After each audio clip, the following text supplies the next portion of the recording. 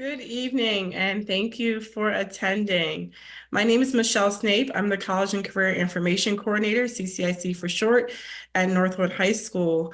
Today, we're going to be going over the NCAA initial eligibility. And today we have presenting is Matt Harris, who's the Assistant Director of High School Review. So Matt, I'm going to pass it on to you. Thank you, Michelle. I am really excited to be here, and I thank you for asking me to join today.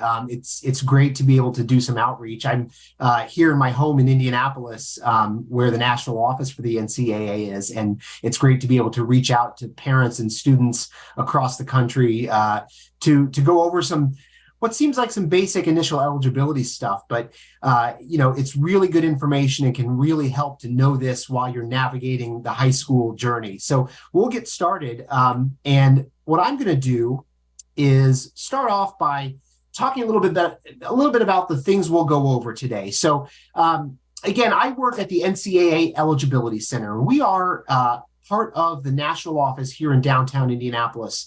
So I'll talk about that a little bit. We're going to talk about registering with the NCAA Eligibility Center, and then what happens next. What are the outcomes that allow students to get where they want to be when they graduate high school and are ready to play sports in college? Toward the end, I'll have a few slides to talk about recruiting, and then some resources to share. And I will say that anything we go over here is available on the Eligibility Center website. We'll have all the QR codes, websites, social media stuff at the end. But just so you know, everything we're going over today is on the Eligibility Center website, if there's something that's confusing or something that you want to go back to. So that's going to be the agenda today. Again, I'm with the Eligibility Center. We are a segment within the national office located in downtown Indianapolis.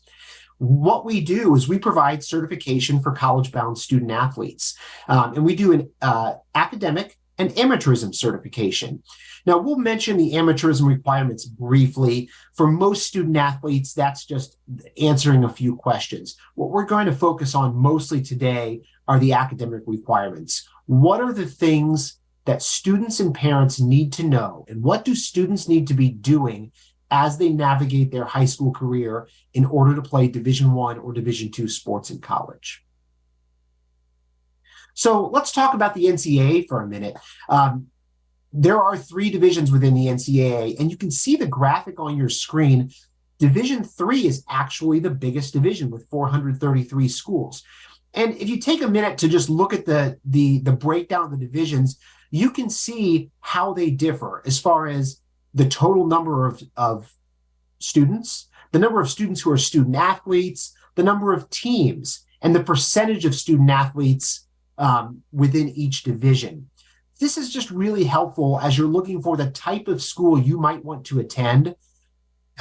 Just information about what is right for me. We're going to talk about that a lot today. Not only where can I play, but what school is right for me. I will make a brief mention as well, at the bottom of the screen, athletic scholarships. You'll notice that a lot of the discussion today is going to be surrounding Division I and Division II. The reason is because in Division III, there are no athletic scholarships. Now, most student athletes do receive non-athletics aid, so need-based aid or academic aid, but you do not have to have an NCAA certification to play sports at the Division III level. We'll touch on that again a little bit later on. So in order to play college sports, here's the big picture view. You have to graduate high school. You have to get an NCAA initial eligibility certification. And this third one is a big one. You have to get into college. Number 2 and number 3 are not the same thing, which I'm going to talk a little bit more about here in just a couple of minutes. In fact, I'll talk about it right now. So college admission.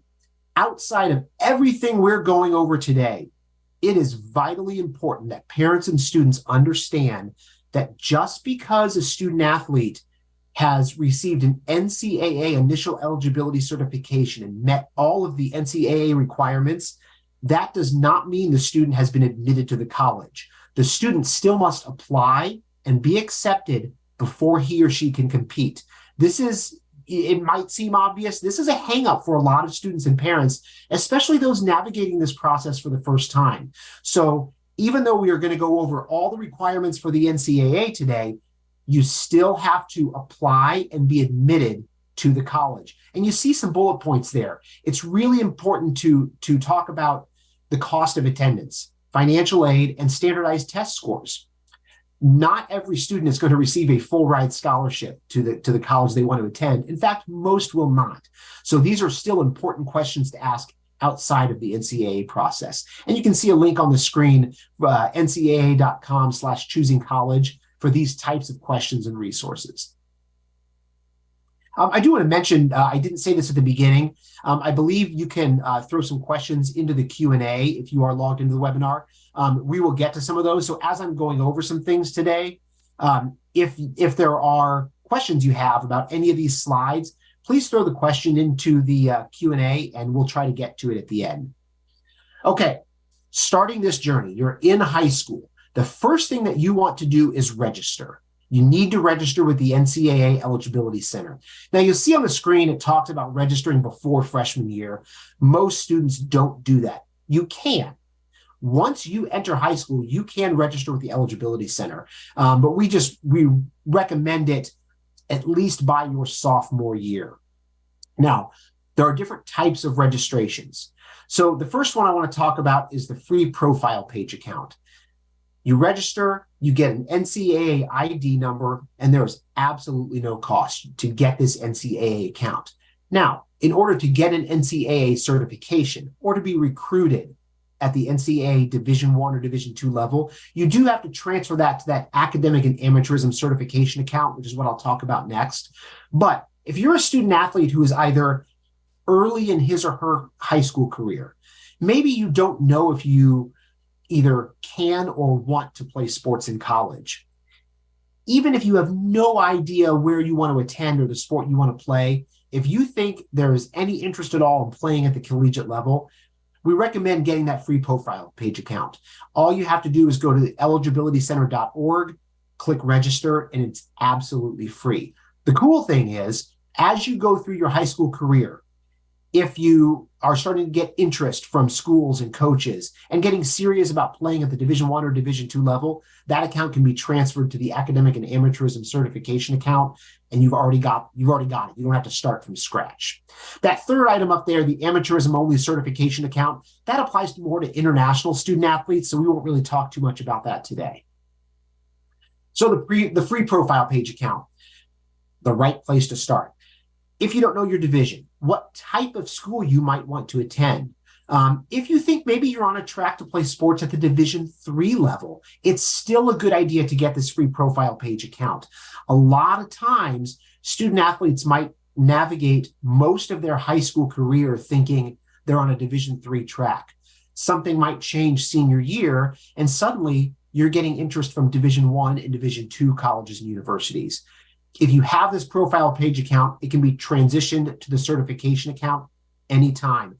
As I'm saying this, I'm navigating this as a parent for the first time. I have a sophomore in high school, and we just transitioned his account from a profile account to a certification account. I'm not sure if he's going to play sports in college. He might be a Division II student athlete, but we got the account and we've transitioned it now. So if he does begin to be able to navigate the recruiting process, he's ready. So the amateurism or the academic and amateurism certification account. This is the account you have to play sports at a Division I or II school, to go on an official visit or sign the national letter of intent, and the last one, that big one, to receive that athletic scholarship. There is a fee for this account. For domestic students, the fee is $100. However, there are fee waivers available. This is something you can talk to your school counselor about. If you believe you may require or qualify for the fee waiver, and generally the qualifications for the fee waiver are students who are eligible for free and reduced lunch. If you think you might qualify for a fee waiver, all you have to do is log into your account and request the fee waiver. Your school counselor or the primary or secondary NCAA contact at your high school, generally it's a school counselor, they can go in and approve that waiver. and then you can transition or create that account for no fee. So that option is available to make sure it's available for all students and families.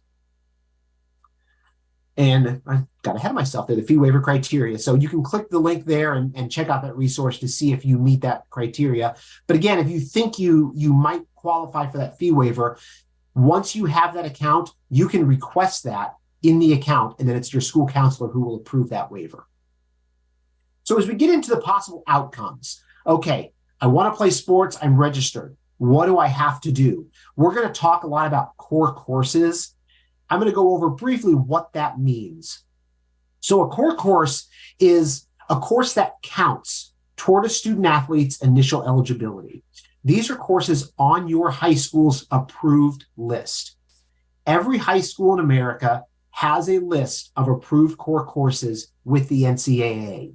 These are courses that qualify for graduation credit in one of the subject areas you can see on your screen: English, math, science, social studies, world language, comparative religion, or philosophy.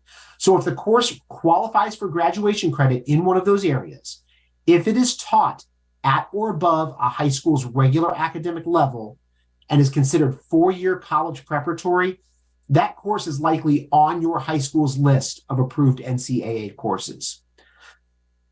The cool thing about the course list, and there's a QR code on your screen, you can find this list.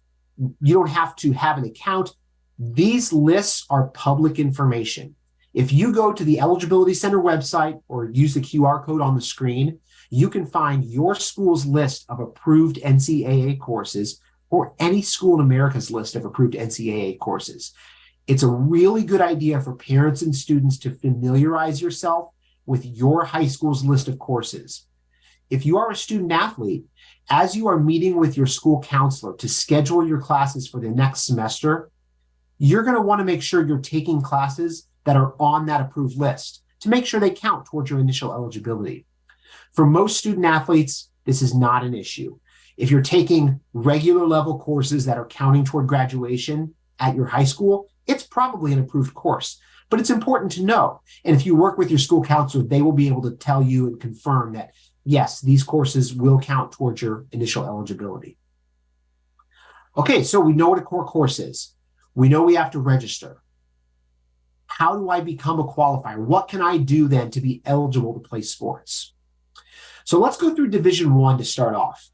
If you are on a Division I track, when you graduate from high school, there are three possible outcomes to play sports at the Division I level: qualifier, academic redshirt, and non-qualifier.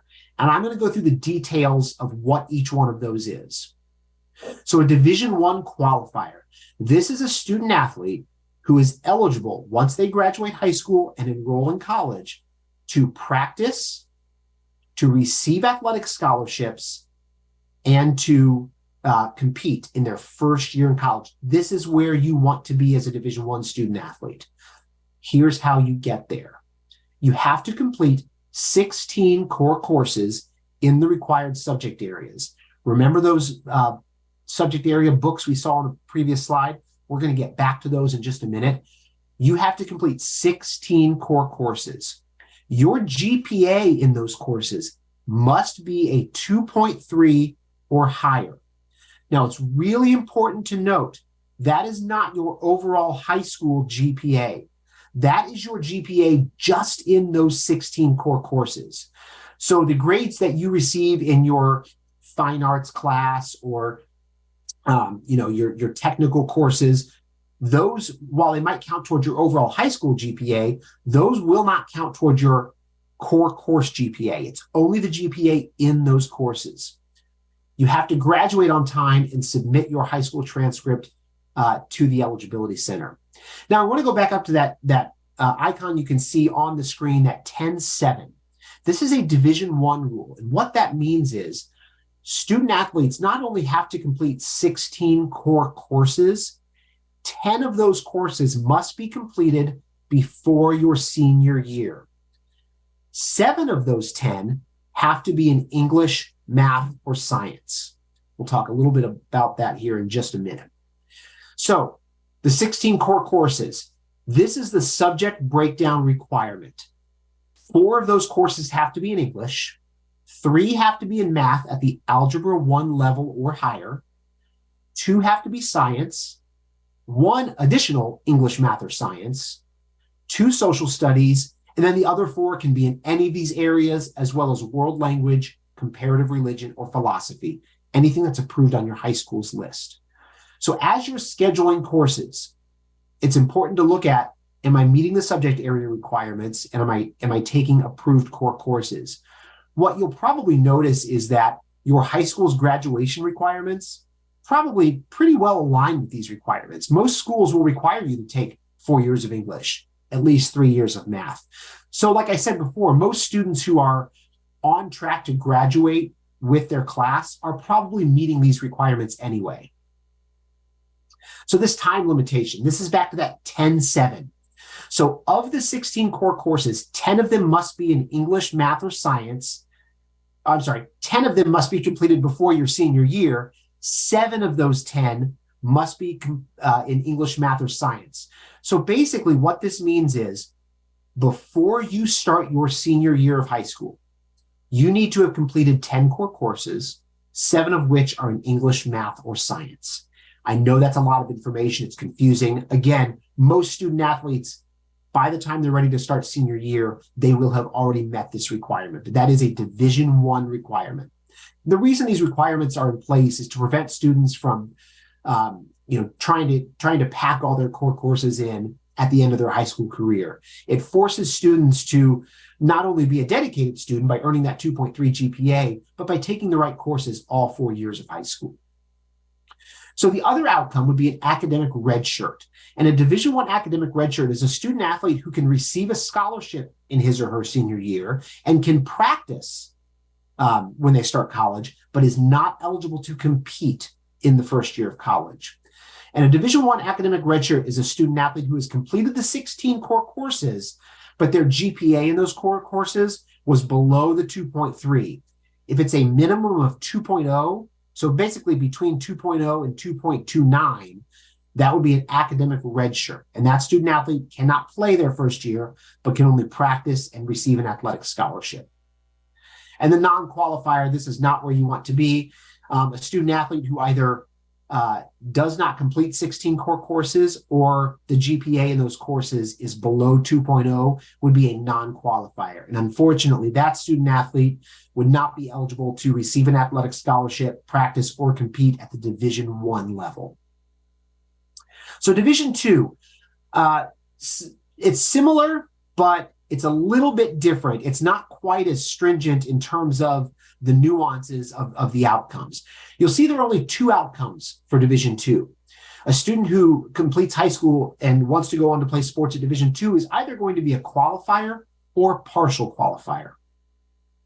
So a qualifier, just like in Division I, this is a student athlete who can practice, who can compete and receive athletic scholarships in his or her in your freshman year of college.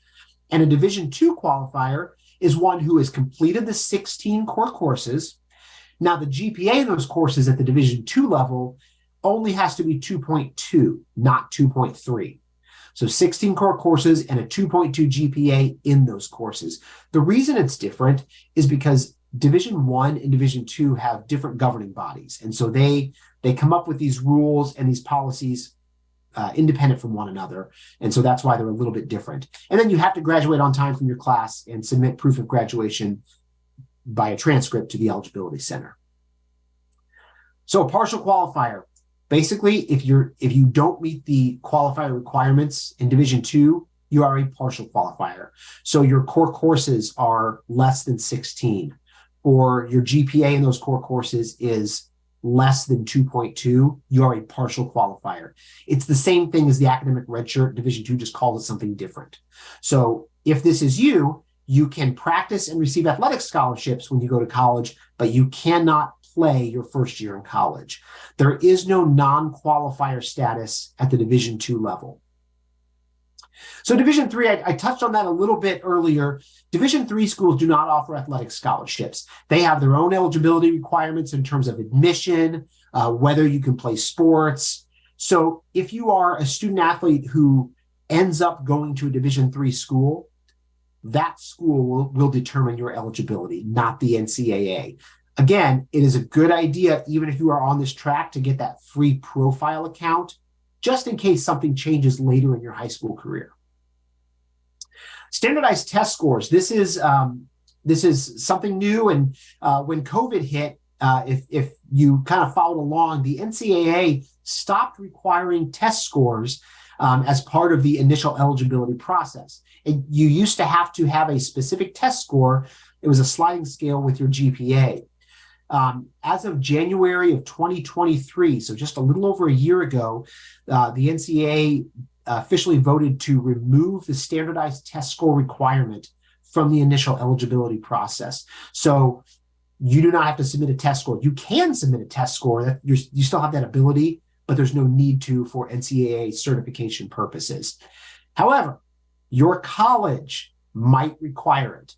A lot of colleges no longer require standardized test scores as part of the admission process, but some still do. So if you are attending a school that requires that standardized test score, even if you are a Division I and a full scholarship athlete, you may still be required to submit that test score to the college or university, but the NCAA does not require it. Real quick, you'll see on your screen, there are some QR codes for flyers. So a lot of the stuff that I touched on just a minute ago for the different divisions, you can scan those QR codes and it'll take you right there to a nice one-page resource. Eligibilitycenter.org, also available. All that information is spelled out in even more detail. So just some resources for you. All right, I'm going to talk briefly about recruiting. I don't do a whole lot in this space, but for parents and students, these are just some good guidelines when we're talking about recruiting. What does it mean to be recruited? You can see those bubbles on your screen. If you are calling, texting, communicating via social media or email with a coach, you are being recruited. If a coach is visiting your high school to see you, or you are going on an official visit to that school, being offered and signing a national letter of intent, or being given a financial aid offer, a scholarship offer, you are being recruited. You see that recruiting can begin as early as freshman year.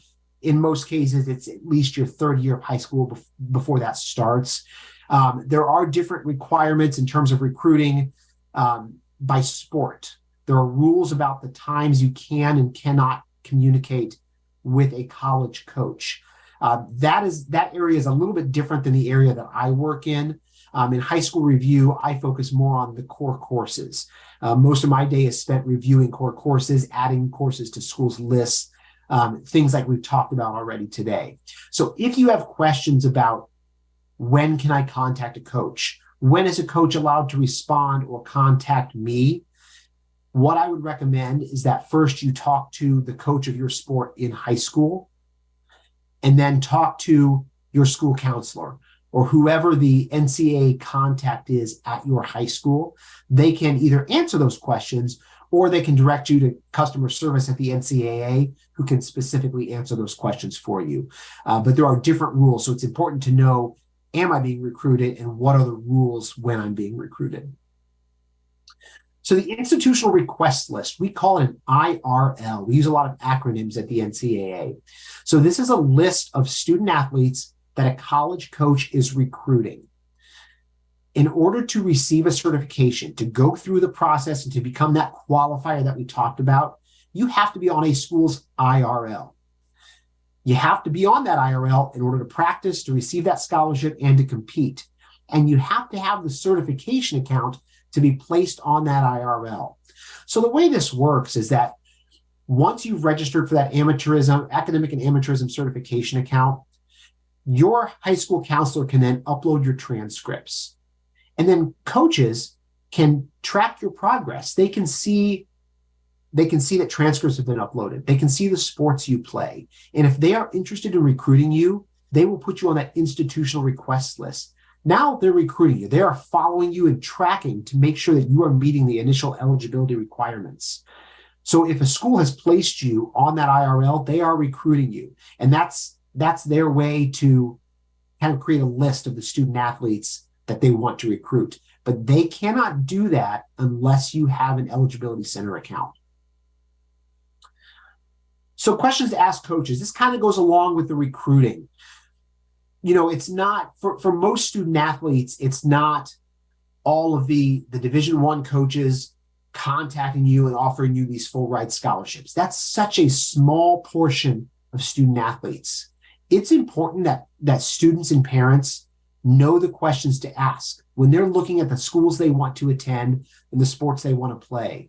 These additional team responsibilities. What are my expenses? What is your philosophy in coaching? What kind of mental health resources? That's a really big one. What resources do you have available on your campus? Playing time. How do you view me in comparison to other recruits? What kind of scholarship are you offering me? Team time demands. This is a big one. I've sat on so many panels with high school coaches and Division I and Division II admission counselors. And one of the things they will always stress is that the different divisions, 1, 2, and 3, are going to have different time demands for their teams. It varies by sport, and it's going to vary by division in terms of travel, practice time, how much class are you missing? Those are the important questions to ask these coaches when they're recruiting you, because remember, it is very important that not only you're getting the chance to play the sport you want to play in college, that's wonderful, but you are spending 4 years and you want to make sure that you are attending a place that you feel comfortable, that has the culture, the resources, and the academics to meet your expectations. So these recruiting best practices, again, this isn't an area I do a whole lot with here, but it's really important that when you are eligible, when it's that time that you are allowed to contact coaches, if you have the ability and the means to travel with elite teams and attend camps, that's a great place to meet coaches and to make that first contact. During your sports contact period, email those coaches. You want to give them your name. You want to tell them your NCAA ID number. That's something you get as soon as you register. You'll have an NCAA ID number. They can then log in and they can see your account. And again, if they're interested, add you to that institutional request list. You want to take visits, both official and unofficial visits. And then that last one is the one that you will hear, I'm sure, your coaches, coaches that are visiting, school counselors, everyone's going to tell you about conducting yourself in that positive manner in class, when coaches are visiting, and on social media. So those are all really important things to make sure, because it's a small world. These coaches can see what you're doing. They can see your social media, not just the stuff you're submitting to the NCAA. It's a whole world of information that's available. So please conduct yourself in that manner so that coach is going to be interested in you. So the National Letter of Intent, we actually have a whole separate area of the national office at the NCAA that focuses on National Letter of Intent.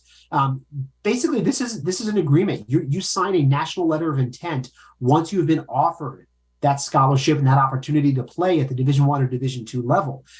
Once you have signed that National Letter of Intent, your recruiting process is done. The school is agreeing to offer that athletic aid, and you are agreeing to attend that school.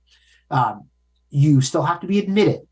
So it's important that you are still admitted to the school outside of the NCAA. But when they make that offer to you and you sign that National Letter of Intent, they are agreeing to provide you that athletic scholarship, and you are agreeing to attend the school, and you will no longer be recruited from other institutions. So I want to show a couple of resources here. You'll see some links. The QR code is a great registration checklist I know we've gone through in 30 minutes here, a lot of different things. That's a lot of information to take in. But all of these things that I've talked about, including extra information for homeschool student athletes or international student athletes, you can find on the Eligibility Center website. Students with education impacting disabilities. There are modifications in terms of the number of courses you can take after graduation, for example. So those are important resources to find. And then again, eligibilitycenter.org. That is where you'll find all of this, and that is where you can register for your NCAA account. I also want to point out the bottom of the screen, you will see the Eligibility Center's social media accounts. I encourage you, if you are active on Twitter or X now, Instagram, Facebook, YouTube, please subscribe and follow the NCAA Eligibility Center. If there are new policies, if different resources become available, that's the first place you're going to find them. Your school counselor or the NCAA contact at your high school will have access to these things, but the social media accounts, as you all know, this is where you're going to find most of this information. And here's again QR codes for all these social media accounts. So I encourage you to follow. Really good information there, and that's where you're going to find things first. So lastly, before we get to any questions, I want to thank you for joining today. I know that you have dedicated your time here late on a Monday evening, and I really appreciate it. And I appreciate being asked to be here and having the opportunity to present to you. You see a phone number on your screen. If you have questions about your specific student athlete account that maybe your school counselor doesn't have the answer to, call that 877-262-1492 line. You will get a real person. If you have an Eligibility Center account, or even if you don't, they will be able to walk you through the process.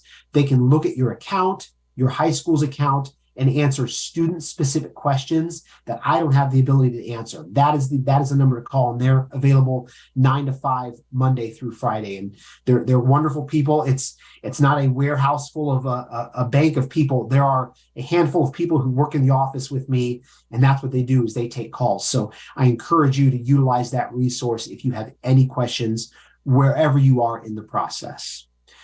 So if there are any questions, I think now is the time to ask. And Michelle, if any have come in, feel free to send them my way, and I'll do my best to answer.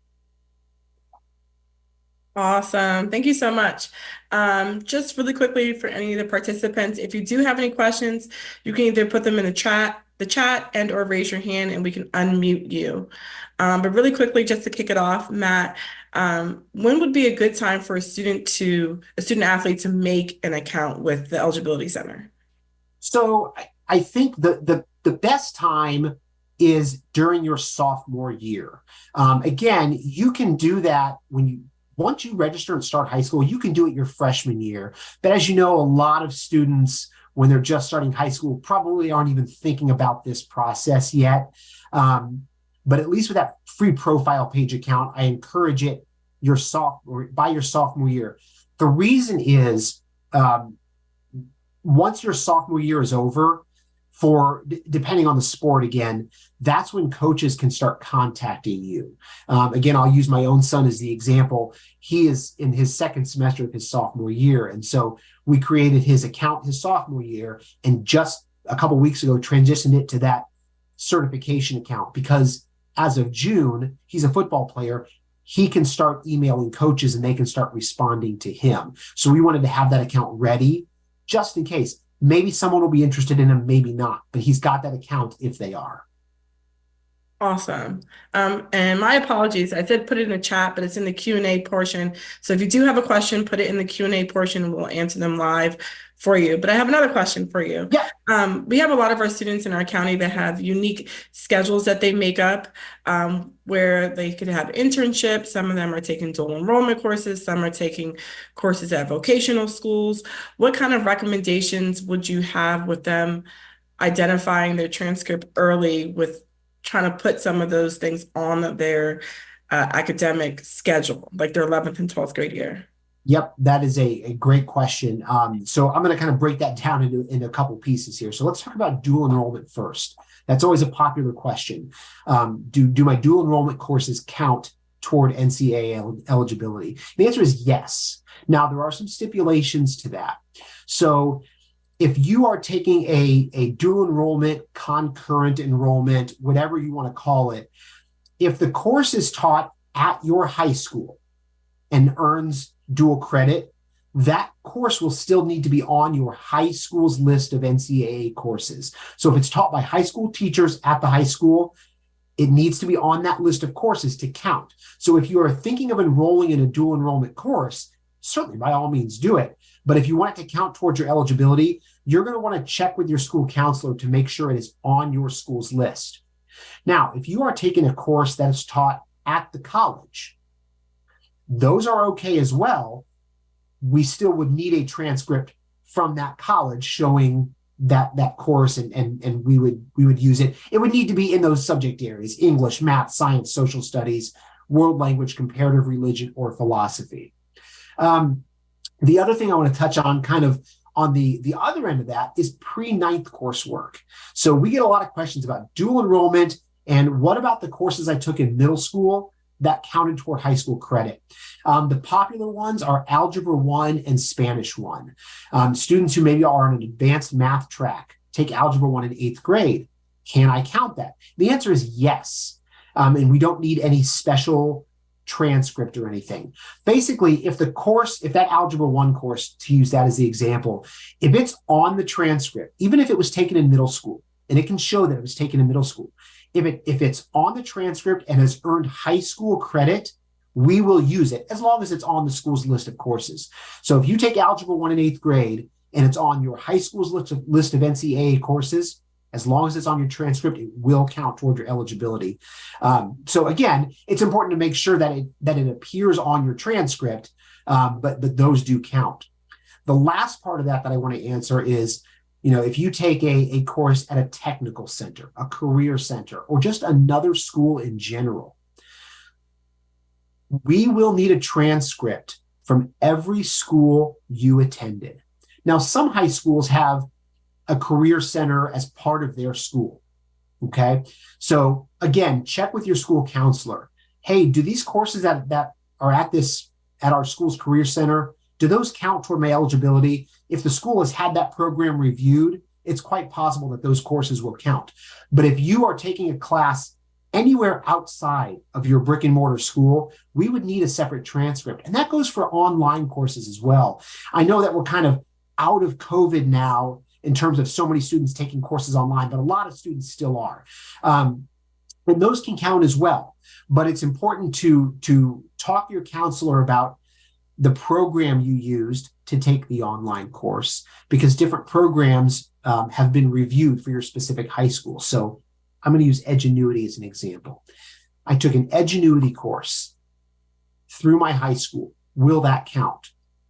You can check with your school counselor and see if Edgenuity has been reviewed for your high school. If it has been, and it has met the requirements for online learning, things like time frame for completion and all those kind of things, your school counselor will know. And yes, you can use Edgenuity courses. And if not, then you might want to look elsewhere to take those courses if you're concerned about your eligibility. So that's a lot of information, Michelle, to answer that question, but there's a lot of different pieces there. But yes, all of those things can count.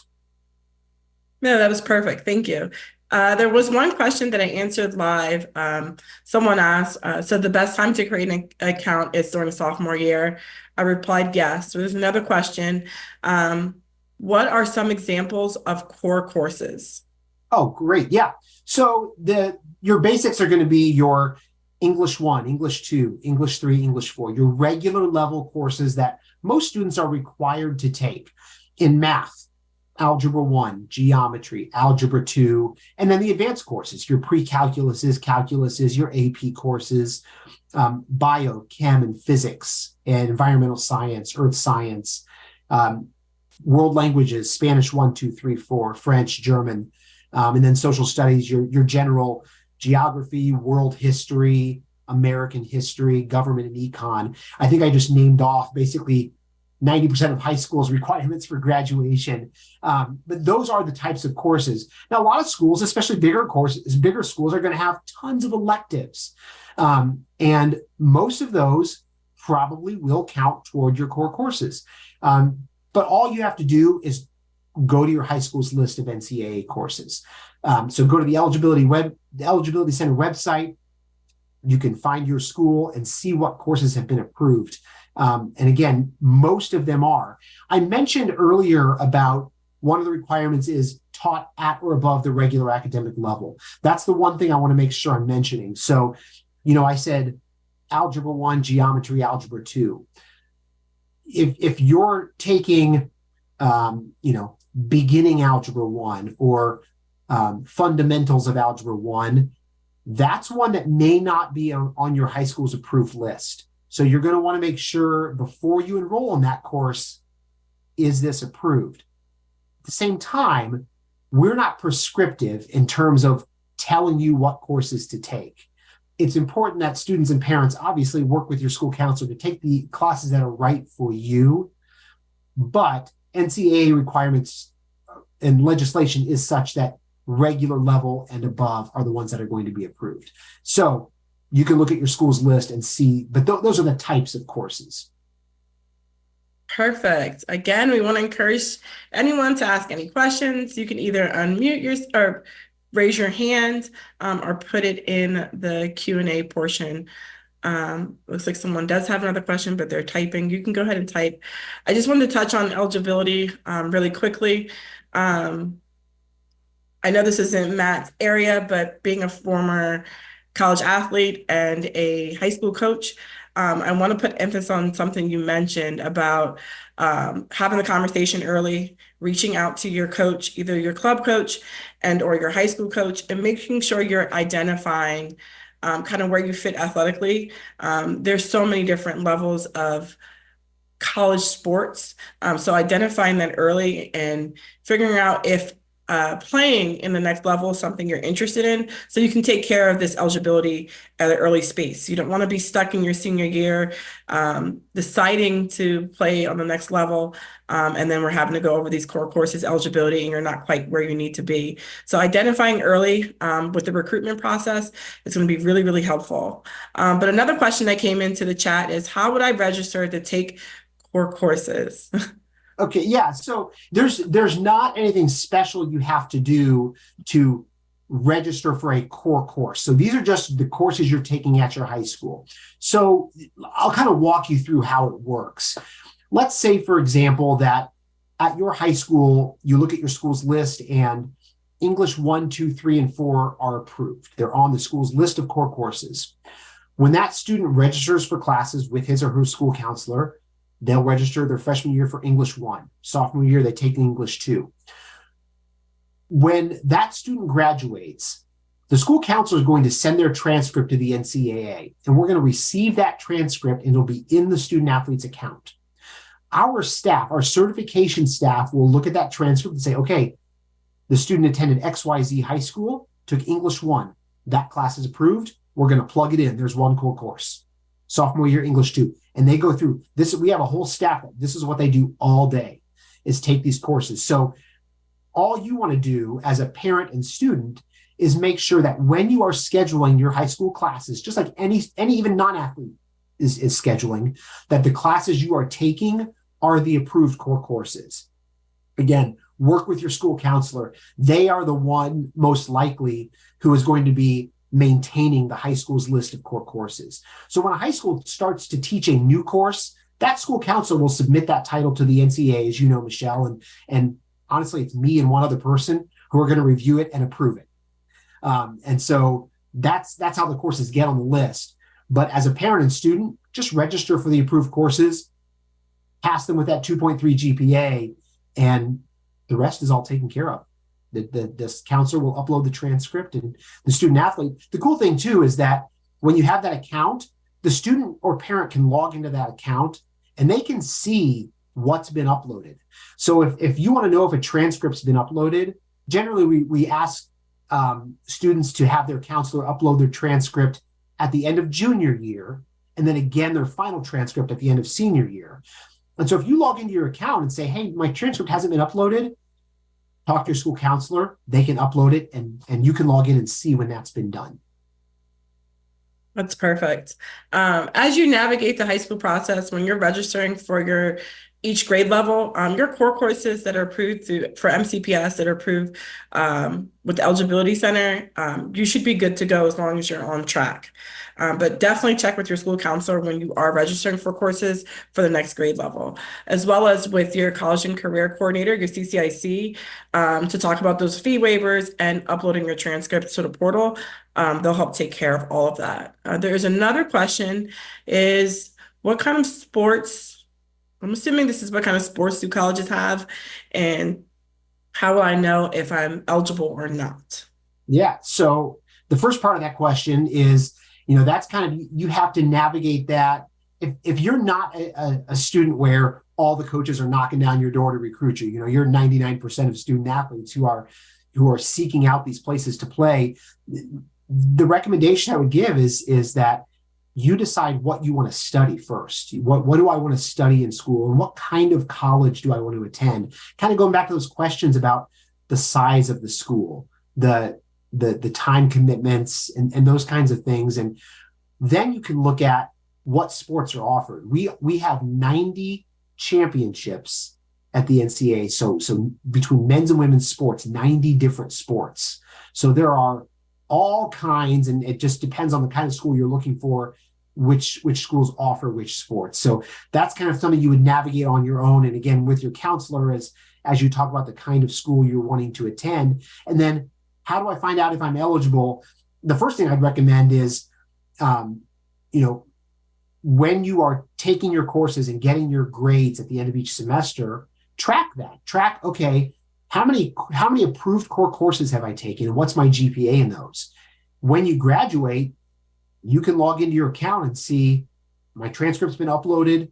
Am I eligible? And your account will show, the outcome. Are you a qualifier? Are you a partial qualifier, an academic redshirt? So tracking it as you go through high school is the best way to go. And again, I keep harping on, talk to your school counselor. I know this is a lot for parents and students because you have a million other things going on, as do school counselors. But when you are meeting with your counselor to schedule classes, I think that's the best time to do it. And Michelle, this is your space.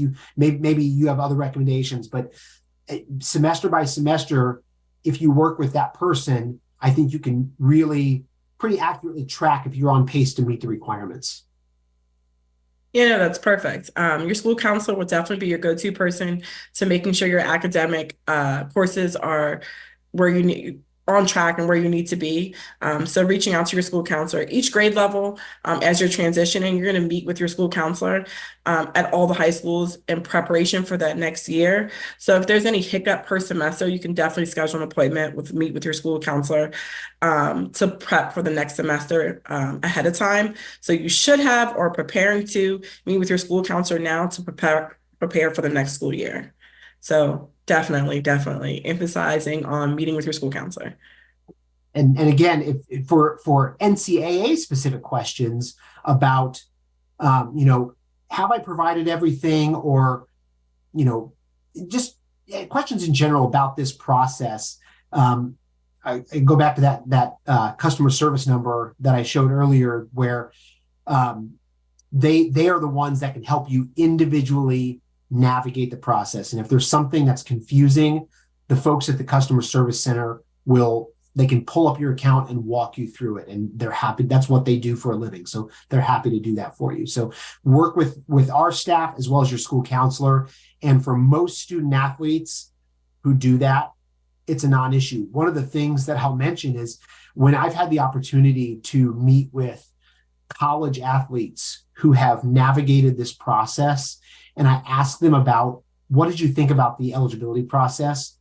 Most of them have no recollection of it. And that's because they just took their regular classes, they graduated, their school counselor uploaded what they needed to upload, and they were a qualifier.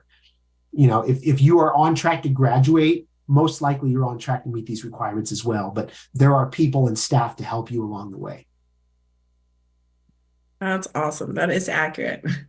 So I don't see any more questions.